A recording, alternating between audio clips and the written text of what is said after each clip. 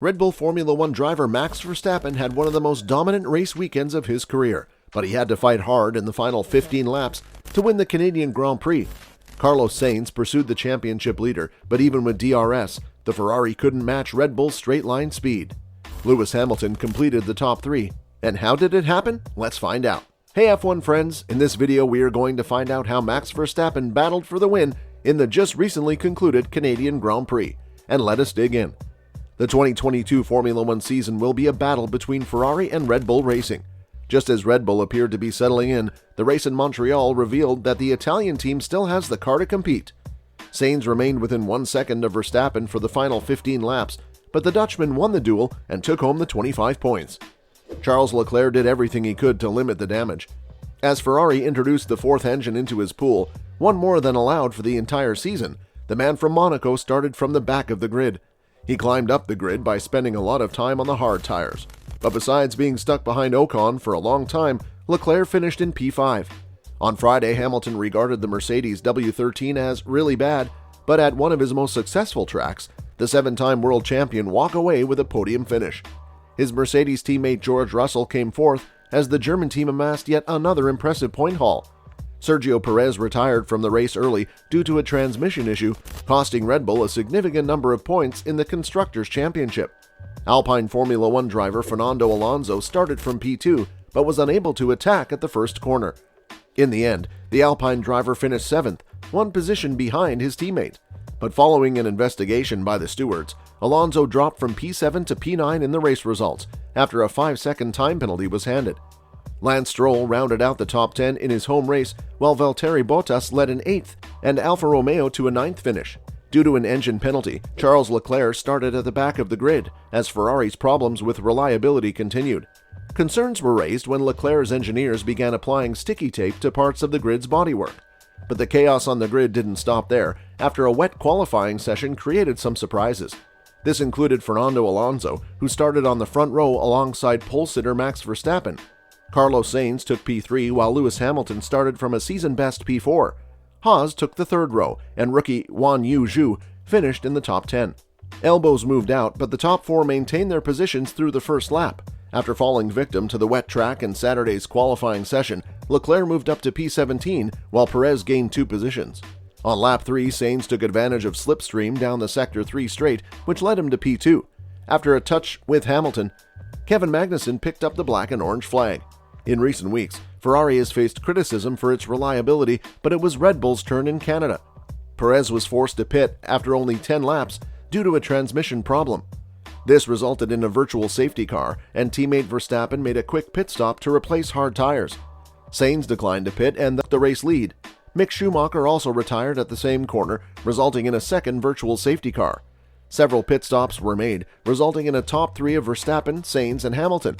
Russell made the most gain when the VSC dropped just as he approached the pit entry. He advanced to P4. Leclerc had moved up to P6 by the halfway point of the race, but he was stuck behind Esteban Ocon for several laps. Leclerc pitted for the second time in the race on lap 42. The Ferrari pit crew changed the tires in 5.3 seconds, putting Leclerc behind 4 other drivers, including Yuki Tsunoda and Daniel Ricciardo. Verstappen pitted on lap 44 due to tire deterioration on the hard tires. The Dutchman surfaced from the pit lane alongside Hamilton, bringing back memories of Monza. Verstappen went past his former rival down the straight in Sector 3. Verstappen began his pursuit of Sainz, who had a 10-second lead with 23 laps of fresher tires. On lap 49, a full safety car was deployed after Yuki Tsunoda crashed as he exited the pit lane. Sainz arrived at the pit entry just as the safety car arrived, giving him a free pit stop and giving him the tire advantage.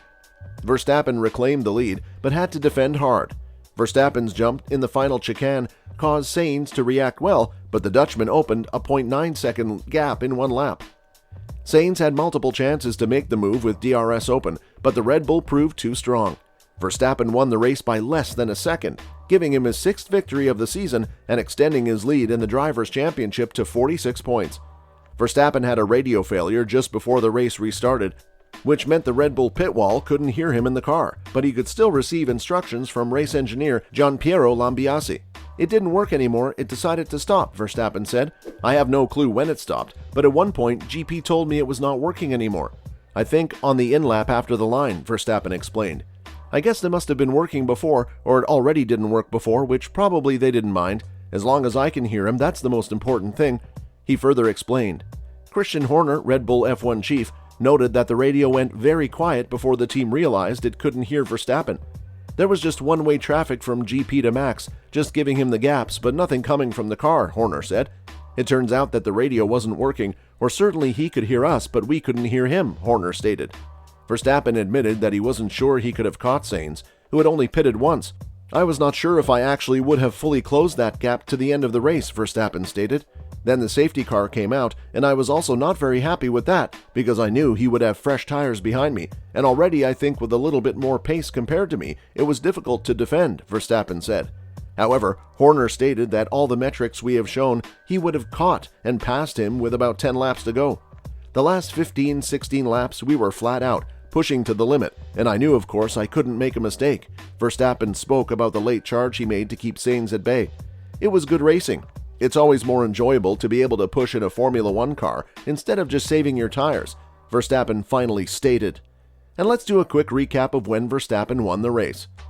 At lap 8, when Perez was out of the race due to a gearbox problem. At lap 16, when Verstappen passes Alonso on the back straight with the help of a DRS. On lap 20, when virtual safety car was triggered by Mick Schumacher when he takes a sharp left at the chicane before the hairpin at the back of the track. At lap 23, when Sainz passes Fernando Alonso down the back straight with the help of DRS. At lap 44, when Verstappen pits from the lead. At lap 50, when safety was deployed when Yuki Tsunoda crashes after leaving the pits. And at lap 63, even when with DRS on the straights, Sainz can't get close enough.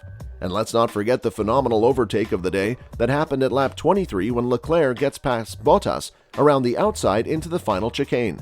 What a fantastic maneuver! And that brings us to the end of the video.